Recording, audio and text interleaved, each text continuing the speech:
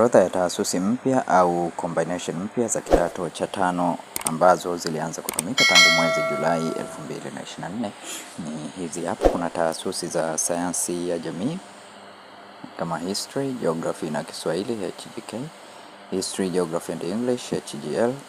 Alafu pia kuna taasisi za lugha Kiswahili, English Language na French KLF, Kiswahili, English Language na Arabic KLAR.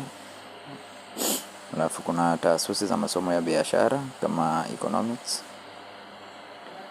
Pia kuna taasisi za sayansi kama PCM, PCB, PGM, CBG, PMC na CBA na CBN. Taasisi za michezo, taasisi za sanaa. Pia kuna taasisi za elimu ya dini. Kwa wewe ambaye umaliza kidato cha 4 mwaka 2025, hakikisha unazifahamu hizi taasisi au combination ili uweze kujua kwamba unapoenda kidato cha 5 2026 unaenda kusoma combination gani.